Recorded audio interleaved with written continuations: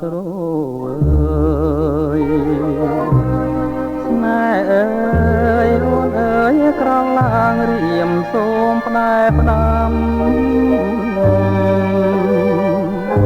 ទាំងភ្នែករៀមហូ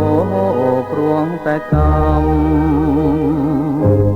ច្រើនឆ្នាំដែលរៀមរងចាំជួបនឹងស្រី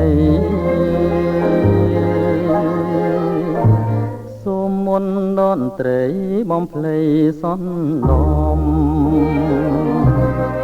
រៀបចំដឹកនាំចិត្តមុំឲ្យបានយល់ន័យថាស្នេហ៍សម្បត្តិក្រោយមានទុក្ខ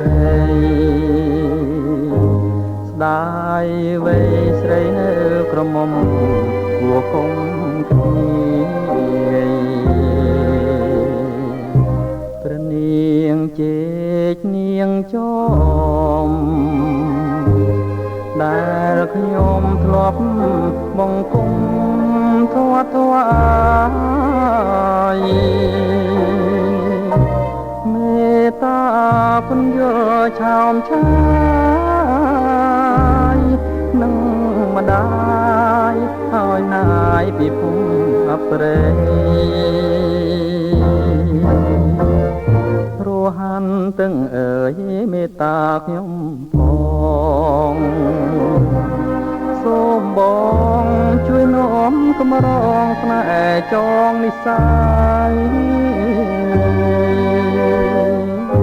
ជម្រាបដល់ម្ចាស់ជីវិតថ្លើមថ្លៃថាខ្ញុំរងចាំតារុณีលោកគ្រាខ្សែអើ